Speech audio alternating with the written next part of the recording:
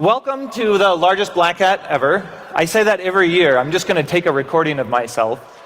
And it starts to make me really wonder, where does this all end? Because I really feel that we are all employed for life. I mean, we really can keep doing this forever because as far as I see problems and challenges. And so on one hand, I'm really excited. On the other hand, I just want to sleep sometimes, you know? So this is our 18th black hat. And we've second year at the Mandalay Bay. And every year, I do a little bit of talking about the statistics of how many people show up, how many countries are represented. So I'm just going to get that out of the way before I move into some of my remarks. And so 102 countries represented. That's a pretty good proportion of the planet is here around you. And 20 of those countries have only sent a single person. And you can guess who the biggest countries are. United States and, come on, who's the second country? China? No. I would have guessed Canada, but it turns out to be the UK. Yeah, so they don't count.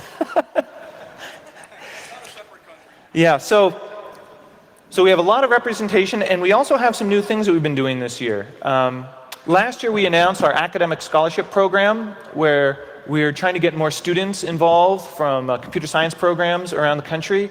And so to get a crack at a free admission to Black Hat, you write a white paper about a security topic, and it gets submitted, and they all get reviewed. And we don't really have a cap on how many we accept right now. And so this year, we accepted 153 that we thought were interesting enough. Yeah, so if you're in the audience and you're in here on that program, let's hear it. Come on, guys. So now this is your time to make the most of it, right?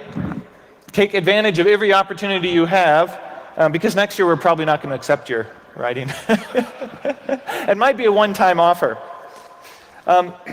We also, for the second time, are doing a donation to the EFF. And the EFF has really been involved in a lot of legal battles over the years. And sometimes you agree with them and sometimes you don't agree with them. But what you can agree on is that they're dedicated and they're motivated and they get results and they understand our community. And there's not that many other legal groups that really understand us, go out of their way to reach out to us and to involve us in their process. And so we're doing another $50,000 donation for the work they do on behalf of not just our speakers, but also on behalf of our community. So I want to thank EFF for that and their good work this year.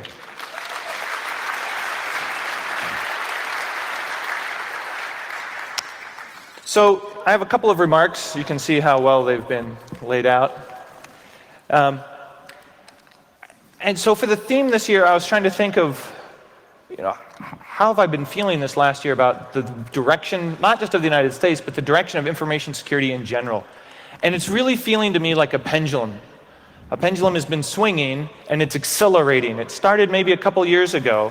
And what's happening, I think, is when I started off in information security, when I was a hacker, it was not illegal to pirate software.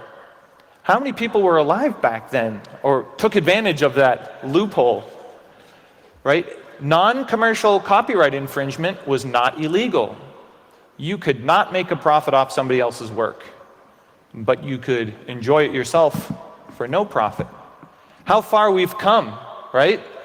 Now they're talking about mandatory minimum sentencing in the UK for software piracy. So in the course of about 20 years, well, actually, in the United States, non-commercial piracy changed, and the case started essentially in about 1994, and by 1997, with that NET Act, it became illegal. So less than 20 years ago, it was legal.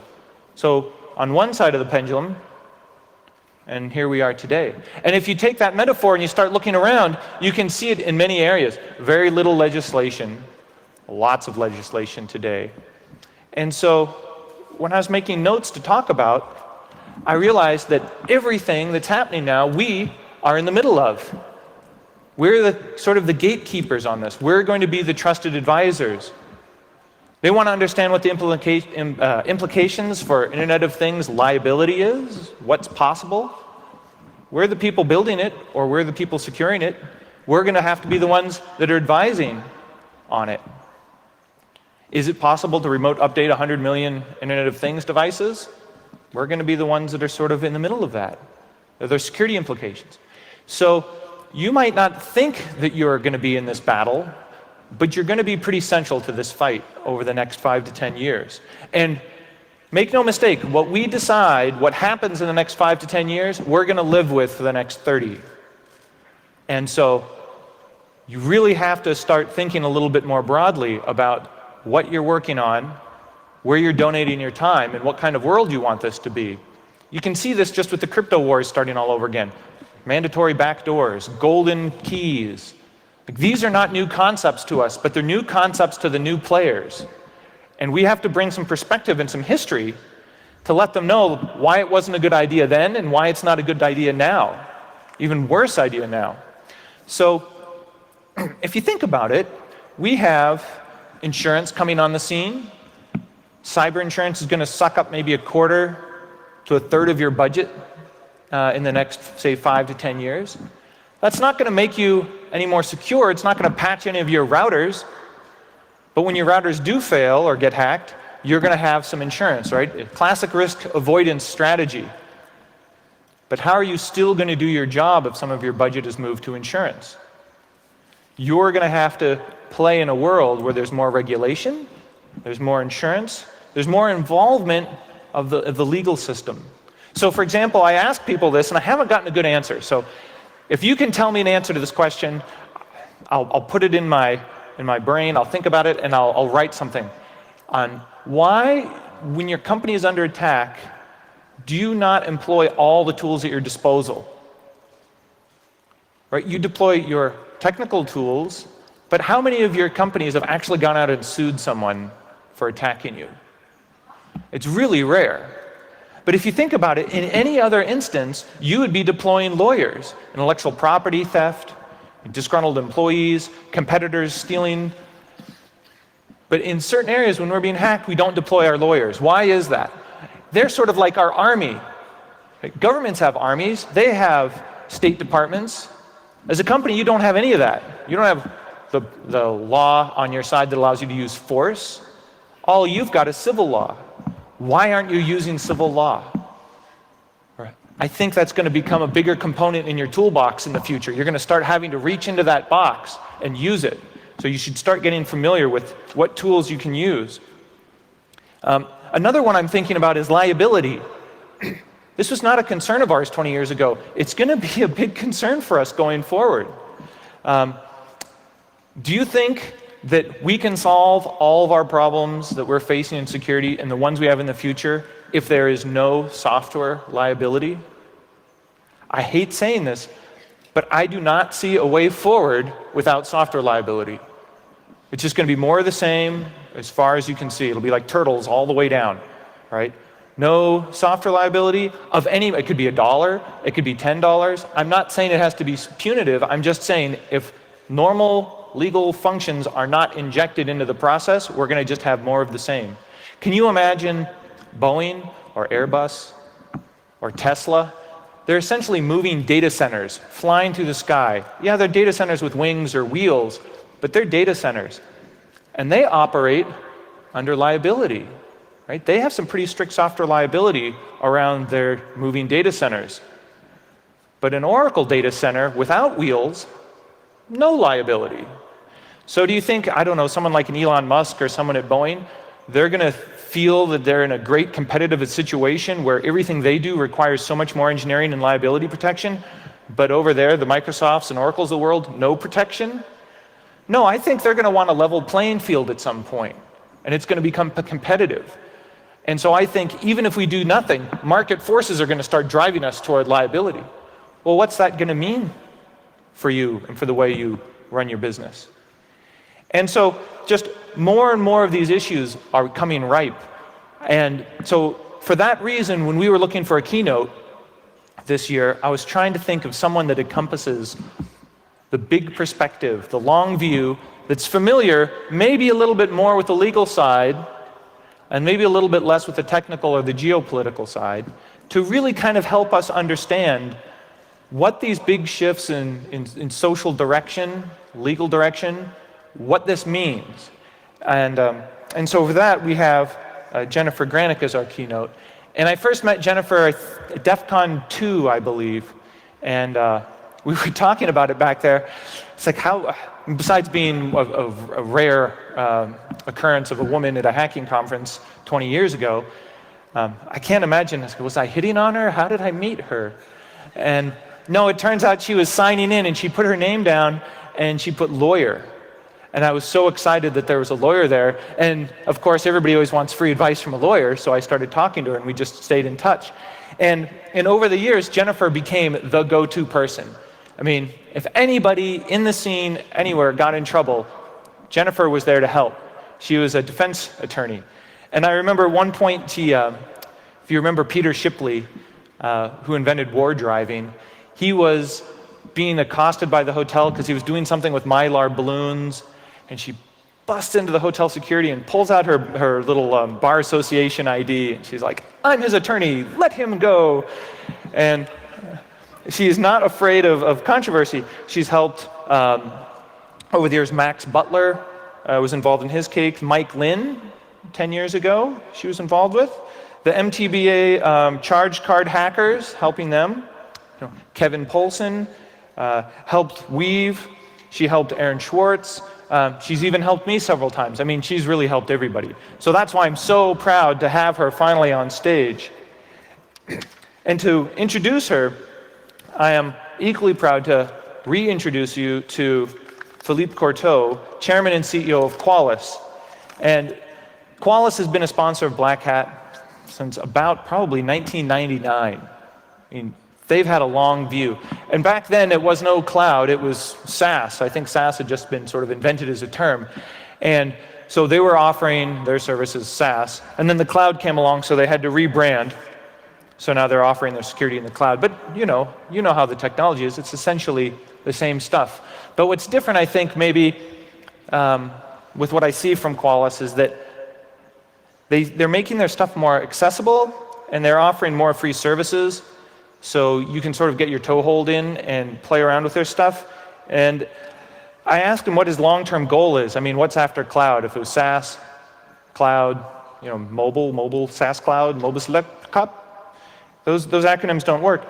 But really what it is, they're trying to basically build security, simple security into the fabric of the cloud, so it's just sort of as a background. And if it was coming from somebody else that doesn't have almost a 15-year track record with us, I wouldn't really give him a lot of credit. But for Philippe, I'll give him a lot of credit for the long-term visionary view. So with that, I want to see how Philippe makes his entrance on the left here.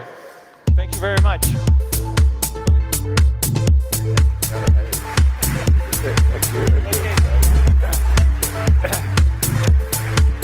Okay.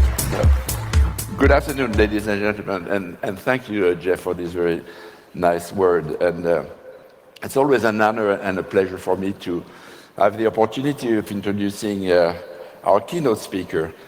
And this because Black Hat is very special. It's very special to me because I think it brings the best minds and the best hearts in our industry, so we can continue moving forward. And I think this is very important, in fact, especially now in 2015. 2015, which I believe we may end up calling the year of the mega breach, in reference to the Office of Personnel Management. But also, I believe it's a pivotal year for all of us, because in fact, I think there's not one, but two mounting challenges in front of us, and which are, as we well know, on one hand, cybersecurity, and on the other hand, privacy. And when you think it through, it's not possible to disassociate both of them. And this because, in fact, they represent our digital freedom and the digital freedom of our children. And it's with this in mind that I'm very honored and pleased to introduce our speaker, a lady and a lawyer, which in fact dedicated her career to our digital freedom. And also, as Jeff mentioned, a lady and a lawyer who also was, since the very beginning of our industry, became known as the first person that hackers call. So with that, I'm really very happy to introduce Jennifer Granick, which is the Director of Civil Liberties at the Stanford Center for Internet and Society. Thank you very much, Jennifer.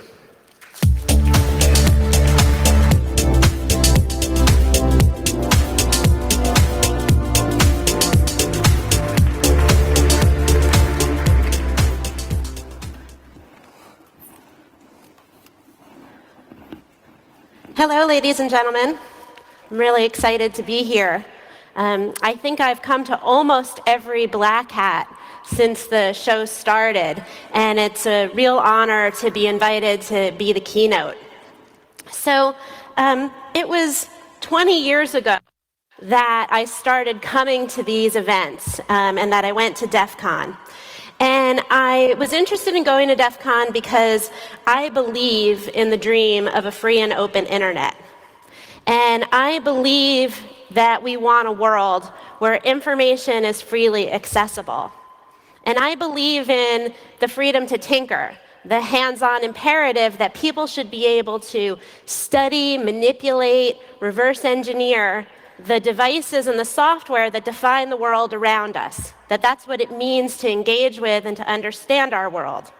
And I went to DEF CON because I wanted to be part of making these dreams true, and as an attorney, I thought I could use my services to protect hackers, the people who were making this world happen, from the predations of law. But today, that dream of internet freedom that brought me to DEF CON 20 years ago is dying. And it's dying because nobody's murdering the dream, but it's dying because, for better or for worse, we've started to prioritize other things. We've put other values ahead of openness and freedom. We are looking at security, online civility, improving the user interface, protecting intellectual property interests, and we're valuing these above freedom and openness. And so, through neglect and other evolutionary trends, what we're seeing is an internet that is less open and more centralized. We're seeing an internet that is more regulated. We used to not have very much regulation, now we do. And in terms of where these rules are coming from, we're seeing an internet where the United States' dominance over the network is fading, and other countries are getting in on the regulatory business. And this is really important because the next billion internet users are going to come from countries that don't have a Bill of Rights, that don't have a First Amendment. And it's going to be those governments that are getting in the business of regulating the internet. So these trends are accelerating. We can see them now, but they're accelerating.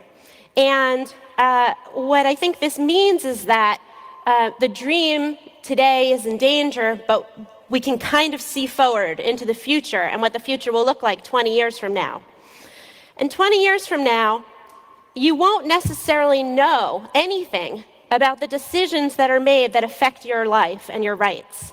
The software is going to compute on data, and it's going to decide whether you get a loan, whether you get a job, whether a car runs over you or drives off a bridge. And these things are going to happen, and you're not going to know why, and maybe the people who designed the software aren't going to know why either. Now, when the public learns about these things, how are we going to feel? Well, it's going to work well enough. It's going to work well enough. And what's going to happen is that there's going to be a lot of mistakes, but the mistakes are going to be on the edge cases. And as long as those mistakes disproportionately affect edge cases and minorities, people are going to accept this state of affairs. But that's not okay, because it's the edge cases and the minorities that are the ones that are the innovators, that are the early adopters, that are the first movers, that are the ones that evolve our society forward.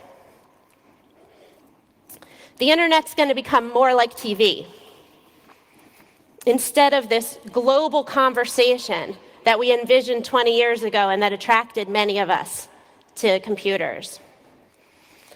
And rather than technology being revolutionary and overturning existing power structures, we're seeing that technology is being used to reinforce existing power structures. This is particularly true in security. People want and need a certain level of safety online. But what we've learned is that people are not able to protect themselves. And so the idea of security has been centralized. Companies and devices need to provide security to the public.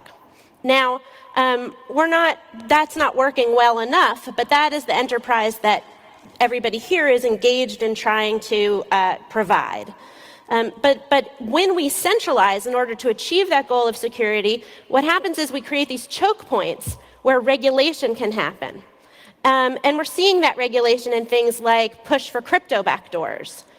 The regulation is going to be done by governments that have domestic, national, local concerns, not global concerns. It's going to be influenced by elites and people with money and companies with money. And so powerful groups are going to get to decide who gets security and who doesn't. And then finally, we see that,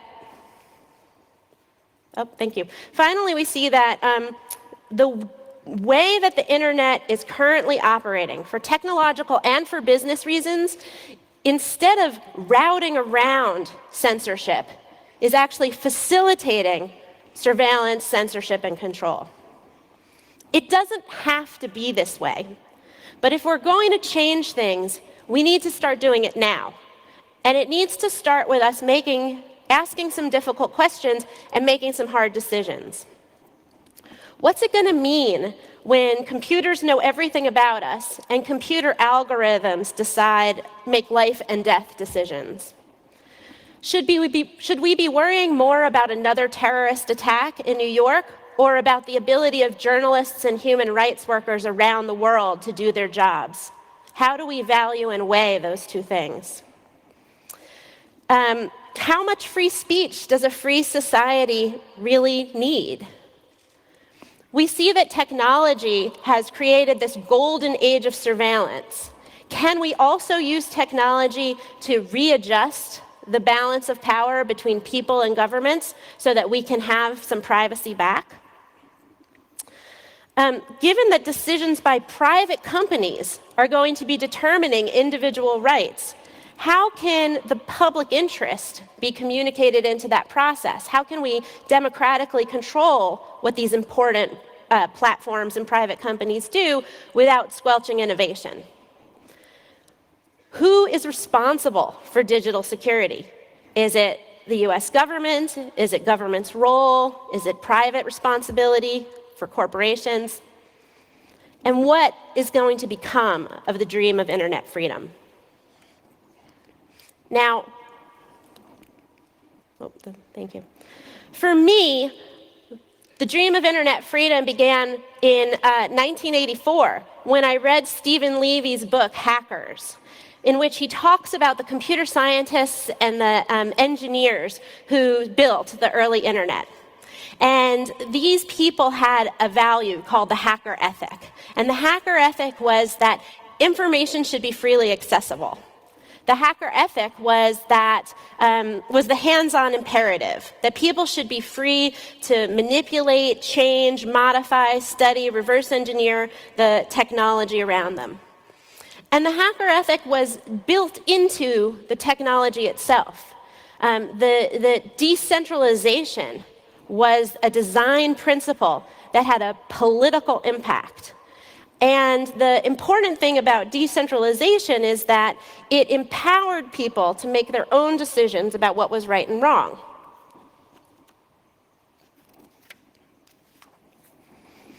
Decentralization was built into the very DNA of the early internet, where it would be dumb pipes, smart edges, and the innovation could take place and the network would run it.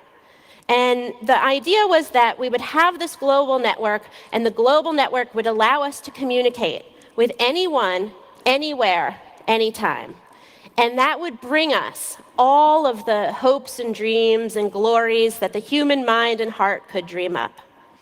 I wanted to live in that world. And that idea that we could be in charge of our intellectual destinies and that technology would help carried with me to college, when I went to college. And my college, it was New College, a liberal arts school in Sarasota, Florida. Do I have any new collegians here? Oh, too bad. Yay! So New College is a place where the motto of the school is that everybody in the final analysis is responsible for his or her own education. And it was around that time that I read the Hacker Manifesto in Frack magazine, written by the mentor. And I learned from that hackers were a lot like my fellow academic nerds at New College. We were tired of being fed intellectual baby food. We wanted to take responsibility for our own lives. We thought that information should be freely available and that we should be able to communicate and think freely. We we mistrusted authority, and we wanted to change the world. And we wanted to live in a place where, in the mentor's own words, we would exist without skin color, without nationality, without religious bias, just based on the quality of our thoughts. So this is what I was into when I started using the internet in 1991. And I remember the day that everything clicked for me. I had a small ISP called HoloNet, and I needed some help. I didn't know what I was doing. So I asked a question of the system administrator. And he started to respond to my question, and I could see him typing and those letters one by one appearing on the screen that I was looking at. And this just connection over the technology. And it made me realize viscerally for the first time that this idea that we could talk to anyone or everyone in real time could be a reality.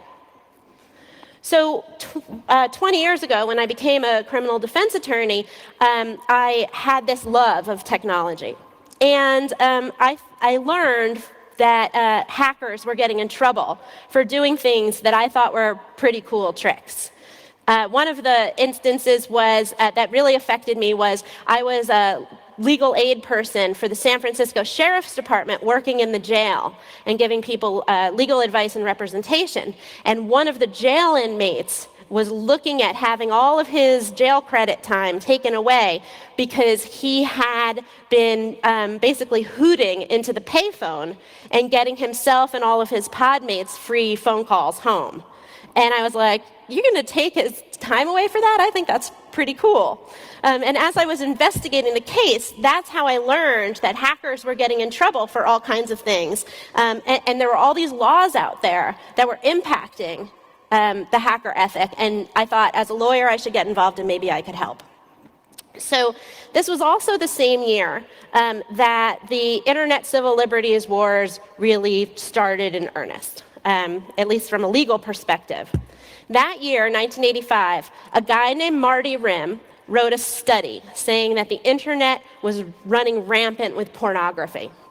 And a law journal published the story, and then Time magazine did this cover story on it. And the cyber porn scare was off and running, and there's nothing that gets Congress more excited about doing something than the scourge of pornography. So Congress quickly passed this law, the Communications Decency Act of 1996, the CDA. Okay, and this was an attempt to regulate online pornography. Now, for those of you who are pornography fans out there, this is already a bummer. But it was actually worse than that. Because in order to regulate pornography, the government had to argue that the internet wasn't going to be fully protected by the First Amendment. So the internet was going to be more like TV and less like a library. okay? And it was worse than that, because we had bigger hopes for the internet than that it would be a library. The internet was better than a library, because on the internet, everyone can be a creator too. On the internet, it's global. And on the internet, unlike in a library or a bookstore, everything is always on the shelves. So this idea that we would take this promise and basically cut its legs off so early on was anathema. We were very upset. So what happened was, so at that point, I think a lot of people became activated, and at that point, enter John Perry Barlow, lyricist for the Grateful Dead, rancher, founder of the Electronic Frontier Foundation, a great man who's lived a wonderful life. Barlow's been in the hospital these past couple of weeks, so I send a shout out to him, and I hope people will keep him in their thoughts. What Barlow wrote was, as could be expected, lyrical. And what he wrote was revolutionary. It was really a revolutionary document, the Declaration of Independence of Cyberspace. And in it, Barlow wrote, "Governments of the industrial world, you weary giants of flesh and steel, I come from cyberspace, the new home of mind. On behalf of the future, I ask you of the past to leave us alone. You are not welcome among us. You have no sovereignty where we gather." Now, Barlow was reacting to the CDA and the assertion that the internet should be less free than books and magazines. But he was also expressing a weariness, and I think it was a weariness that a lot of us shared with business as usual. He was expressing a hope that the internet would be able to place our reading, our friendships, our very thoughts beyond government control. And it was, maybe naive and maybe a little bit radical, but the core there, I think, attracted a lot of people and definitely attracted me. So, as it turned out, Marty Rim and the Communications Decency Act did not kill the internet. In fact, it's a little bit ironic, because what ended up happening was, in the lawsuit challenging the CDA, the Supreme Court struck down almost every part of the law. The Supreme Court said the First Amendment applies fully and completely to the internet. But there's one part of the CDA that the court did not strike down. And that part seems to be, read alone, sort of the opposite of what Congress's goal was in passing the CDA, because it said that online service providers don't have to police the content on their services and can't get in trouble for content except in these certain specific categories. So the idea there is that you aren't the provider doesn't have to be a policeman. And together, the hacker ethic, the hacker manifesto, the Declaration of Independence of Cyberspace, ACLU versus Reno, the Supreme Court case, and this part of the CDA describe what's a more or less radical dream, depending on who you are, but it's one that many, if not most of us in this room, share or shared, and maybe have even spent our lives working for. So, the dream is that we overcome age, race, class, and gender. The dream is that we can communicate with anyone, anywhere, at any time. This enhanced individual liberty. The dream is that we will have freer access to information. And the dream is the hands-on imperative, the freedom to tinker, that we will be able to study, know, and ultimately understand the devices around and software around us. The dream in sum was that computers were going to make our lives more free and better. But I'm here to tell you today that this dream of internet freedom is dying.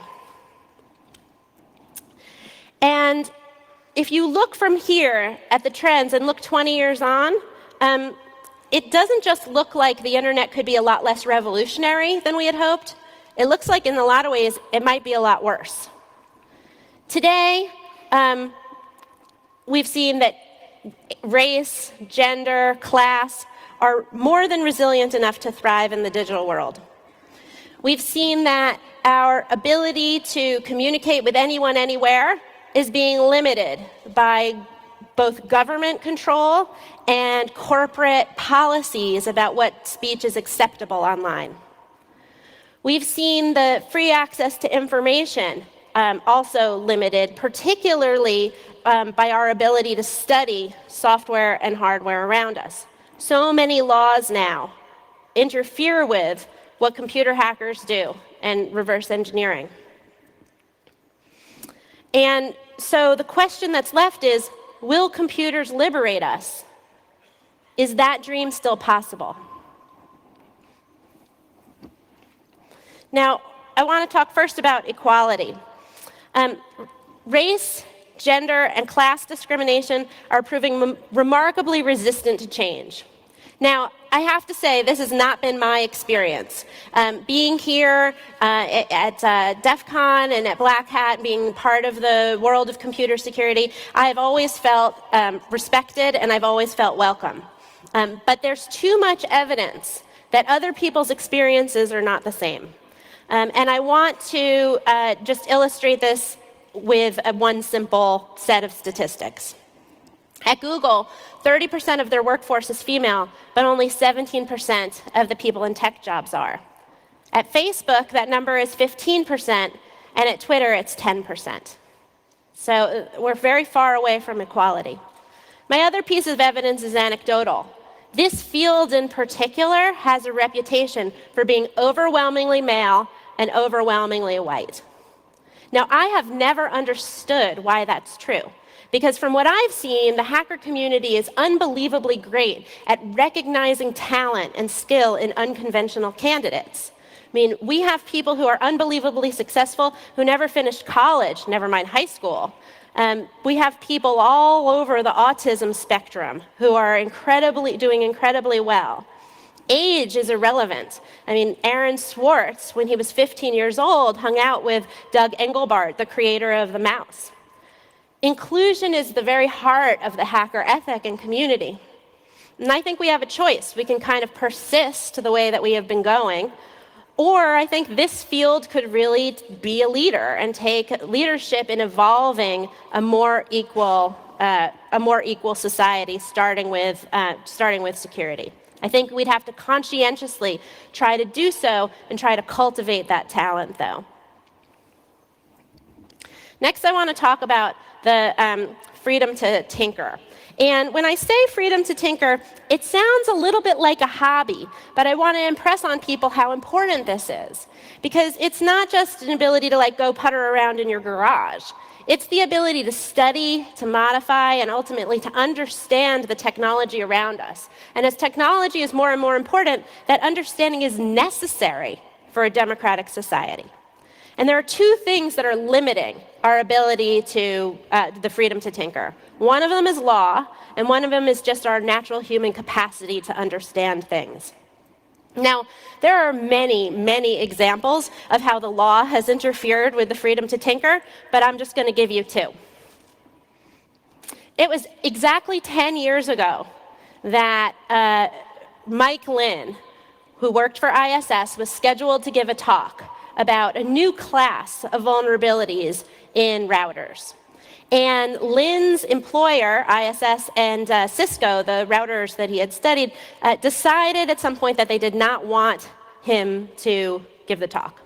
And so they pressed Black Hat with threats of copyright lawsuits to actually rip the pages with Mike Lin's slides out of the conference books and reprint and redo all of the CDs.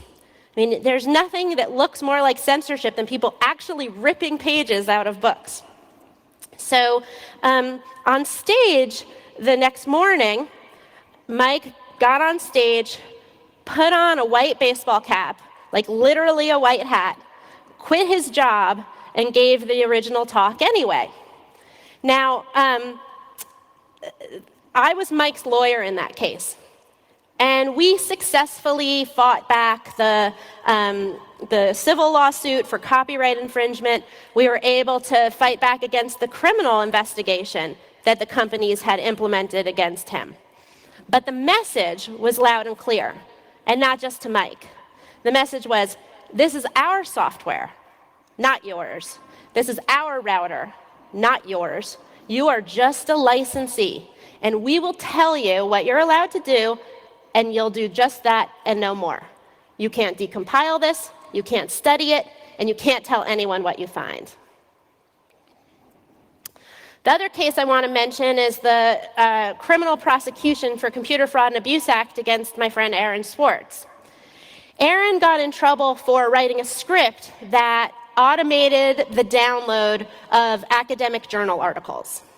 And he was authorized to access these articles, but he was doing it as a student at Harvard, but he was doing it really, really fast. Aaron was a hacker, and he challenged the system in all kinds of ways, and they went after him with a vengeance and charged him with CFAA and multiple counts, and he was looking at a lot of years. And the stress of the case ultimately contributed to his killing himself. But again, which is an unbelievable tragedy. But again, the idea that anything Aaron did was unauthorized to a computer scientist is crazy. But yet here too, the message was clear. You need our permission to operate in this world. If you step over the line, we will come for you. If you automate, if you download too fast, if you type something weird in the URL bar on your browser, or if we don't like what you do, or if we don't like you, then this law is vague enough that we can come and get you. Now, the question is, in the future, are we going to have the freedom to tinker? What would it take for us to change the path that we're on now? Well, first, Congress would have to stop this tough on cybercrime hand-waving and actually do something for real about cybersecurity instead of saying, oh, we're going to have bigger penalties under criminal law. No one cares about bigger penalties under criminal law. If you look at any of the big breaches that we've had over the past 2 or 3 years, there's been no criminal prosecutions in any of them. And, China or North Korea or whoever, is behind these breaches, we're not putting China or North Korea in prison. So what's happening, though, is that these heavy sentences are chilling the good guys, and they're not protecting people online. We'd also have to declare that users and software, so people who buy software, have the right to modify that software, and that laws like the Digital Millennium Copyright Act can't get in the way of that. So this is really important because in the next 20 years, we are going to have all these network devices. There's software in everything. It's true now, and it's just going to get more true. And if we're not allowed to study that, basically what it means is that we're going to just be surrounded by black boxes that do things that we can't understand. So we need to get rid of the CFAA, we need to get rid of the DMCA, we need to get rid of this idea that license agreements can limit what we do. There's a public interest in the freedom to tinker that needs to be protected. The other problem is the idea of is our just natural intellectual limitation on understanding the world. So in the next 20 years, we're going to see these amazing advances in machine learning and artificial intelligence. And one of the things that's going to happen is that software is going to do stuff, and we're not going to really be able to understand why. Some of that opacity will be because we didn't write the software, but increasingly it may be that the very people who actually wrote the software don't know either. And a law professor, Frank Pasquale, wrote a book about this called The Black Box Society. And the idea of the book is that we are going to be surrounded, that algorithms are going to be making these life and death decisions about us, and we're not going to be able to understand them. Really, the first step to doing anything about something is to understand it, is transparency. And transparency is actually going to become increasingly hard. So you take secrecy, you take profit motive, you add a couple 100 billion pieces of data about all of us, you shake, a result comes out, and that's what we live with. We need to think very hard about how do we take advantage of AI and machine learning without ending up in that kind of terrifying world. And part of that is talking about who's responsible when software fails, whose job it is. And so far, we've had almost no regulation of software. There have been very few cases, mostly where the vendor has misrepresented to the customers what the software does. But people who are not big into regulation are sick and tired of crappy software, and they're not going to take it anymore. And that feeling is going to be accelerated by the Internet of Things, because now we're going to have industries that are very used to products liability that are also software vendors. Autonomous cars that crash, somebody's going to sue. When your network toaster catches on fire, somebody's going to sue, and there's going to be software liability. We've already had Chrysler recall 1.4 million cars based on research that Charlie and Chris are going to talk about later today. So what's going to happen there when we have software liability? I think software liability is inevitable.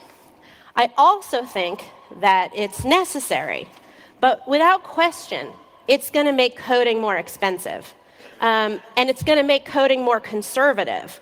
I think that we will do a very crappy job of imposing software liability for a very long time. And I think that the people who are going to suffer are going to be the innovators and the startups, and not the incumbents. So we have to pay a lot of attention to that and be worried. But it's going to happen, because it's a very short step from suing Tesla to suing Oracle, with all the good and bad that will come of that. So next I want to talk about privacy and security and free speech. But we need to take a step back and talk a little bit about how we got here. And so I mentioned that when I was reading Stephen Levy's book, I was learning about the concept of the decentralized internet and the end-to-end principle. And the idea of the end-to-end principle was that was intentional. Innovation happens on the edges. And what that meant is that the internet would not just enable communication, the phone network did that, but that it would do it in a democratized, decentralized, radical way. Power to the people, and not to the governments or companies that own the pipes. That model has evolved. It's evolved for business reasons, and it's evolved for technological reasons. Today, broadband users want to build smart pipes to enable quality of service, to do malware and spam filtering, and to have new business models where they can make more money off the fact that they control the network, that they control the underlying network. Today, hundreds of millions of people conduct their social interactions over highly centralized platforms like Tencent or Facebook. And so what does this mean for the public interest, this evolution away from end to end? If you haven't read Professor Tim Wu's book, The Master Switch, then you should. And in this book, Tim takes a look at the other great communications technologies of our lifetime: phones, radio, television, and movies. And what Tim says from studying the history of these technologies is that there's a cycle. And the cycle is this. History shows a progression of information technologies from somebody's hobby to somebody's industry, from a jury-rigged contraption to a slick production marvel. I'm thinking BBS to web here. From a freely accessible channel to one controlled strictly by a single corporation or cartel, from an open to closed system. Eventually, entrepreneurs or regulators smash apart the closed system, and the cycle begins anew. And Tim traces this cycle through these technologies, and then he asks the question that I'm asking you guys here today. Is the internet going to follow this cycle? Is the internet going to become centralized, strictly controlled, and closed? If we don't do things differently, the internet will end up like TV. And as I said, some of that is because we've neglected the goals of freedom and openness in favor of other values. But I think we have to recognize that some of it is because people have lost their allegiance to the dream of internet freedom. Some people will say, maybe even people in this audience, that the internet is not the utopia that I've made it out to be. Rather, the dream of internet freedom has clashed head-on with the ugly reality that other people can suck. Nasty comments, 4chan, betards, revenge porn, jihadists, Nazis.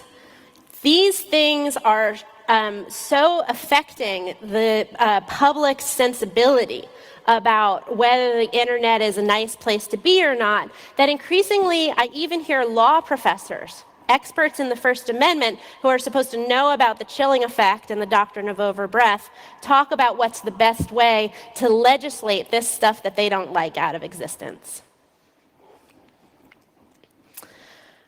Second are the trends that I told you about that are affecting the network. And these are centralization, regulation, and globalization.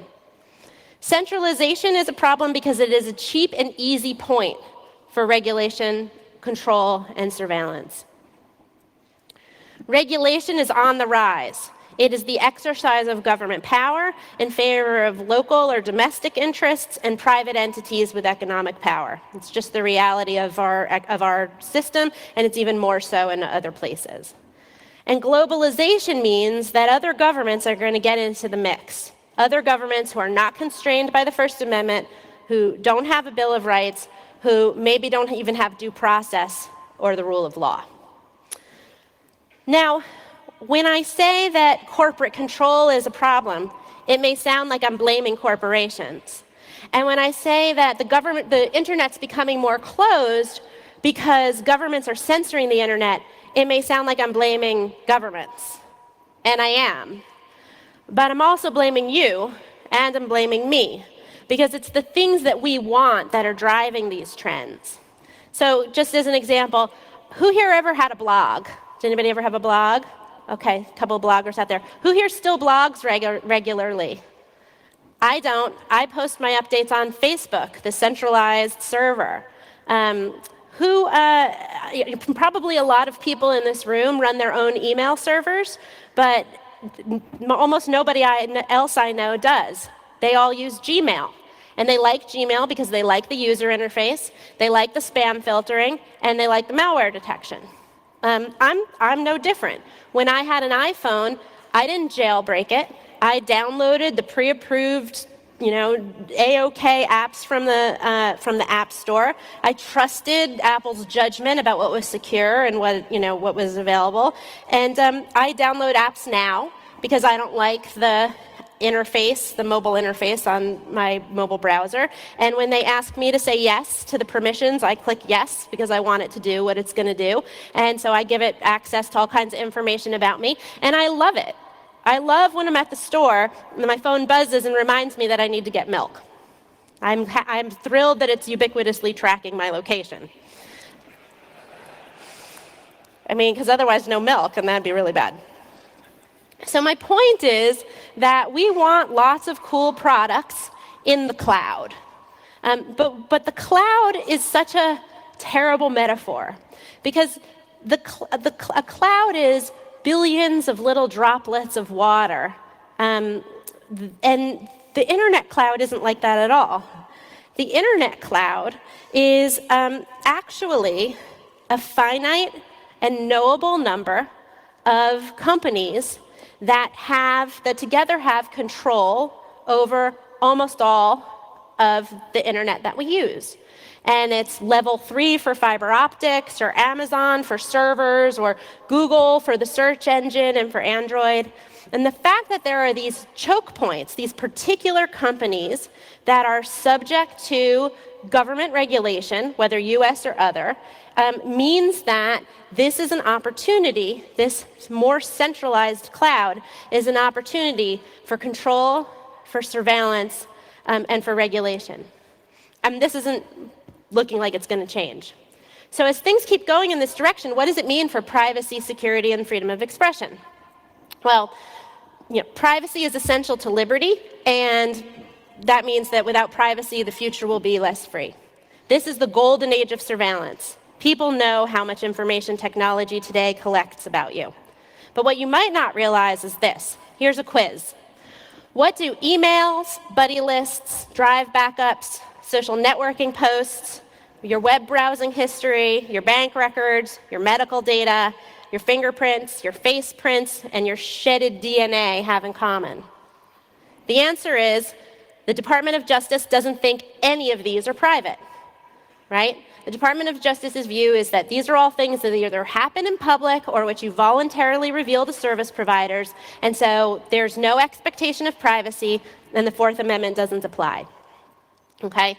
And what that means is that as technology has proliferated all this data, the law hasn't stepped in to protect it. The law has utterly fallen short on the job. In fact, quite the opposite. The law is enabling surveillance in all kinds of ways. When we have these national security surveillance laws that are supposed to apply to foreigners in particular categories of information, but we've learned through secret interpretations of law that our government in the United States is actually using to spy on us. We have provider assistance provisions that the government is using, not just to say, well, you have this data, I'd like to get a hold of it, but to try to force companies to do things like turn over their encryption keys. We have lots of laws and more being proposed that will give corporate immunity for helping out the government and giving your data over, even when there's other laws, narrow laws, that would say, no, actually, this information is private. And increasingly, particularly in other countries, but we're going to see it here too, data retention obligations, where companies are going to be basically commissioned to be police officers and spies for governments. Now, you might think like, okay, well, there's got to be some law on this, right? We've had the internet for a while. Email's been around for a long time. But really surprisingly, there's actually only one case that's ever been decided on this from a regular public court, and it was in the Sixth Circuit, which is Kentucky, Tennessee, Missouri, and one other state. Sorry for the other state in the Sixth Circuit that I forgot. Kentucky, Tennessee, Michigan, and Ohio. Sorry, Ohio. As a result, but basically in this case, the Sixth Circuit said, okay, email is a communication. Communications are like phone calls. It's protected by the Fourth Amendment. And this case has been really important, but the Department of Justice, in public and in private, continues to say that it's wrongly decided and needs to be overturned. Now, I want to also take a moment to impress upon people, because you might not really get this not being lawyers, what a warrant means and how important it is. Now, a warrant means that a judge has to authorize the search. And basically, it's a guard against arbitrary government action. The police can't just come in and run rampant through your house or just investigate you for no reason. And that's important. But a warrant is also important because it requires you to specifically describe the place that's being searched and the things to be seized. So a warrant is also a guard against mass surveillance. When there's no warrant requirement, it means that searches can be arbitrary and massive, turned against everybody. So this is really important, but all this data is not being protected. So, with globalization, it really only makes things worse. And it's going to get worse as we see the Internet of Things and network devices. So, we've got the centralization problem, there's all this regulation, and countries are getting in on it. I mean, particularly now that other countries know how excessive the United States surveillance is, they want to have the same stuff. Next, I want to talk about security. We often talk about security as the opposite of privacy, but we know that that's not true. You can help security without invading privacy, like by locking cockpit doors. Sometimes to protect security, you need to protect privacy. A homosexual person in India or a human rights worker in Syria is safer because of privacy. One thing we don't talk about that much is the relationship of security to openness. As you lock down your network, as you make things more secure and sign-ons and there's no more open Wi-Fi anymore and all of that, security has a tension with openness. But it's also true at the same time that if the network isn't secure and safe, people aren't going to use it. What good is an open network that's too dangerous to use? Those of us who try to check our email at DEF CON already know that. So the idea should have been that people can choose security when it's appropriate and choose openness at other times. Right? The fact that we need to secure the electrical grid or SCADA systems that control water doesn't mean we have to have closed Wi-Fi or that the government has to sit on the domestic network and spy on our email. But that's what we're seeing. We're seeing that in the name of security, we're having this greater exercise of power, particularly by the US government, over our use of the network. And so instead of having a global view that security on the internet should be a rising tide that will float all boats, what we're seeing is this very provincial idea that security is cyber. And cyber means, in my usage, what General Hayden, former head of NSA and CIA, said it means, which is that the US has the ability to use the network whenever we want, and we have the ability to deny that use to our adversaries. That does not sound like an open and reliable internet to me. That's not my internet. And so what that ends up meaning is that, instead of us protecting the security of everybody, the government wants to have crypto backdoors, sit on the network and do surveillance, be able to black out the internet in North Korea or wherever. And that means that there's going to be security haves and security have-nots. I think the better analogy for security to understand it is that increasingly we're seeing security becoming about power, where people in power want security for themselves and want to deny security to others. So if security is a power relationship, then people are going to lose. And the people who are going to lose are the vulnerable communities and the minorities and the religious minorities that actually need security most. And here in the United States, people don't care enough because we think, oh, we have the Bill of Rights and we have all of these laws that protect against discrimination. I think a lot of people know that those laws, like our privacy laws, do not work well enough.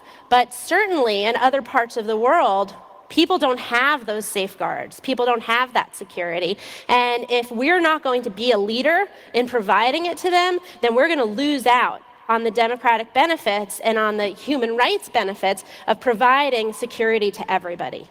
But I don't hear that being the model from our government. Finally, I want to talk about freedom of expression. And just briefly, for all kinds of reasons, we've seen censorship on the internet, whether it's copyright or that sort of thing. But now that the physical architecture is so centralized, it's easier to control. So here's an example. Our government and the UN have started to ask platforms to police their networks for political speech. And now it's radical speech or terrorist speech, ISIS videos or jihadist things. But they're even starting to ask to watch out for people who are becoming radicalized. So I can tell you, if you look at what the FBI thinks are signs of radicalization, we have no idea. The FBI doesn't know, psychologists, nobody knows what makes somebody a radical and what makes somebody curious, what makes somebody have legitimate, non-violent political viewpoints, and what makes somebody who's going to be dangerous and violent. But people aren't rebelling against this. I don't see people booing when Google says, okay, I'm going to, I'm going to take ISIS videos off of YouTube.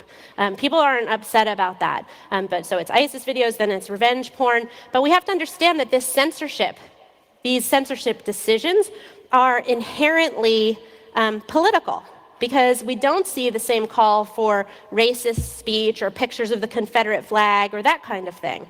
And in the United States, we're not even seeing these laws that we can protest against. What we see is that the government or interest groups put pressure on the companies, and companies make these decisions because they want to have a service that appeals to the majority of their users, not to the edges, not to the fringe, not to the radicals. And so they censor, and most people don't care. But the end result of that is that for people, particularly new adopters around the world, these new adopters around the world, they don't really have a sense necessarily of the broader internet. There was a poll of internet users in Indonesia, and a lower percentage of people said they use the internet than said they use Facebook. They don't think about Facebook as using the internet. And a lot of the news stories I saw were like, isn't that funny? They don't really know that Facebook is the internet. And I actually had the opposite reaction, which was Facebook is not the full internet. Facebook is a community, a narrower community that allows you to do particular things, shows you particular information based on what Facebook thinks you're going to like. But it doesn't give us that global conversation. It doesn't give us that radical freedom. It doesn't have everything on the shelf. So what does this mean for the next 20 years? In the next 20 years, things will happen, and no one will really know why. You will be more ignorant about the world around you. In the next 20 years, you'll mostly feel okay about it. People will mostly accept it because it's going to affect minorities and edge cases, and it's going to work okay. It's going to work okay, and the internet is still cool, so we're still going to have enough good stuff. The internet's going to become a lot more like TV. We're going to be watching videos and consuming, and we're not really going to be able to reach that global audience. I mean, even if you have a blog now, to reach a global audience, you need search engine optimization and CDNs and all of that stuff. It's not the level playing field that we once thought it would be. And existing power structures are going to be continued, replicated, and strengthened, whether that's in the field of security, in the field of surveillance, or in the field of censorship. Or we have an alternative. We could think globally instead of locally and nationally about what we would want. Yes, we need to guard against more terrorist attacks in New York, but we cannot ignore the impact that something like crypto backdoors would have on journalists and human rights workers around the world. We can start thinking about technology as something where we want to build decentralization back in where possible. Give that power back to the people where we can. And part of restoring that balance of power is end-to-end encryption. We need end-to-end encryption so that when the government needs your data, instead of secretly going to level 3 or to Google or to Microsoft or to Apple, they have to come to us for it. We need to have the government have hands off of private technology development. It is not the government's business to tell us how to design networks to be surveillance friendly. It's our business to try to create technology that will give people the tools they need to have a better life and a freer life. We need to start being afraid of the right things. Humans are really bad at understanding risk. People are way more afraid of sharks than they are of cows, but cows kill something like 8 times more people a year than sharks do. It's true. Look it up. The most dangerous thing we do every day is get in a car. By far, the most dangerous thing we do every day. So we need to start being afraid of the right things. We need to learn, what to accept, and we need to address the right problems. We need to modify our laws to be better. We need to get rid of the computer crime law the way it's written. We need to modify the DMCA so it doesn't interfere with security research. We need to look at provisions of the Patriot Act and revise those, as well as other foreign intelligence surveillance laws, and we need to do away with secret law. We have secret law in this country, and it is an abomination in the face of a democracy to have that. Thank you.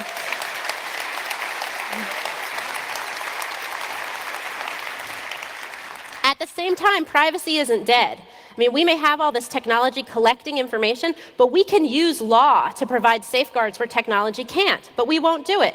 Why don't we amend the Electronic Communications Privacy Act to protect your email fully?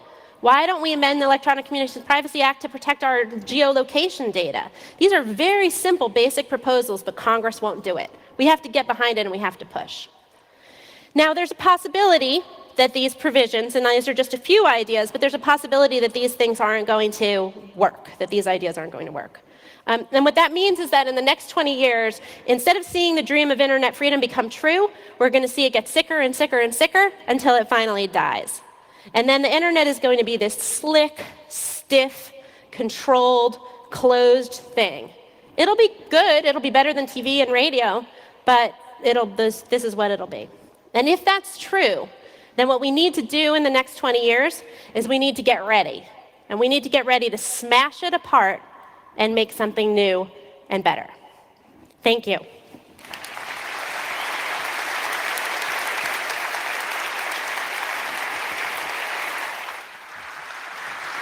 Yay, Jennifer. That's fantastic. Thank you. Okay, I just have some quick housekeeping announcements, and then we're going to kick off the rest of the show. Right here in the middle aisle, we're pulling that air wall, and we're dividing this room into two.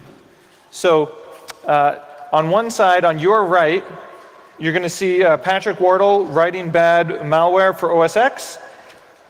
And then on the other side, we're going to see Adrian Ludwig's talk on Android security state of the union. So if you stay in the middle for too long, you'll get sliced in two. Try to go out around the sides. Thank you very much. See you guys around.